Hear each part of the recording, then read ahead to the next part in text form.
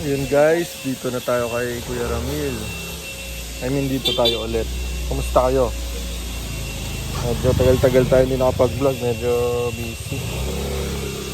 So ayun, alaala na tinabas natin to. So wala na ako lalagyan ng Strutbar. Tapos hindi ko muna pinatakpan kasi nga parang ewan ko lang nakaangasal lang ako na bukas yung ganyan. So yun, hindi ko na talaga siya patakpan. Kapag gawa ko na lang paraan na makakabit yung Strutbar ko na hindi na tatakpan to. So yun, para hindi na pakalat-kalat yung Strutbar. So ayun, balikan ko kayo guys. Yan po, i-welding na lang dito. Pure forma na lang. Sana naman ako plano i-racing to. Pero pag balang araw na gusto ko talaga matigas, aftermarket na lang, mas spoon dito. Pero yung ito wala talaga. Ayan. After nito, mga tagas-tagas, ayusin natin, tapos detail yun. Okay na. Pogi talaga, naka-Strutbar para kompleto yung engine bay natin. Pwede lang ibalik yung, yung mga fuse box. Hindi na naka-wire taka, so mas malaki yung gastos yun. Hayaan ko na lang. Stock Strutbar na lang, stock bulb cover color, stock airbox, yung na lang, yung bulb cover, yung spark plug cover na stock. Nagana ko na. Meron ako dati dalawa, hindi ko na mahanap eh.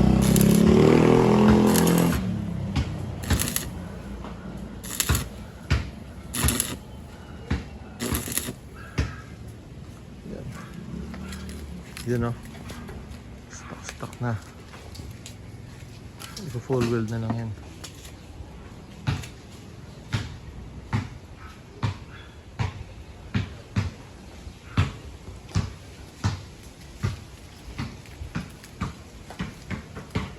Tingnan, may Strutbar.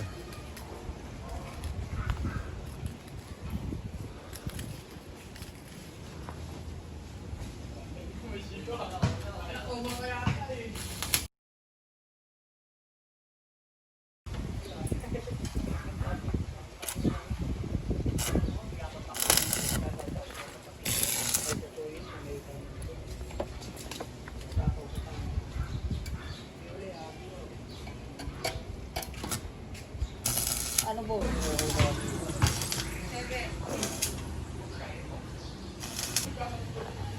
So yun, tapos na ba tayo? Ayan, forma na lang talaga to para mukhang kompleto lang. Tsaka mag-stock, lalong stock loop. Nawala pa yung isang tornilyo. Ayan.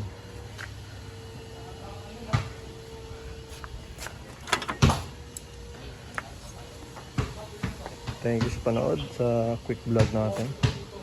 Ito lang yung update, wala ng iba. Ayan. Ay, share ko na lang pala yung strut. Wala ako mabilang ng bolt-on na bolt-on na pang EK na matigas pa. Nakatatlo na ako o dalawa. Bilis masira. So kahapon may naganap ako ng sobrang tigas na ganito. Tapos pina-convert ko na lang kay Kuya Ramil. So ayun, sobrang tigas na ibabaw. Ayan. So, tatagal talaga ito. So ayun, laking pasalamat talaga, may mga magaling tayong machine shop. Kaya gawin Ito siguro pintura ko na lang ditong part para mukhang malinis siya. Or sticker, ayun. Ayan. Linis-linis na lang sa auto. Tuloy-tuloy yung ulan mga 2 weeks eh. Hindi tayo makapaglinis. So guys, thank you sa Ay, baka may magtanong pala, hindi ko tinanggal ko. Kasi para hindi malaspag malang yun to eh. So ayun.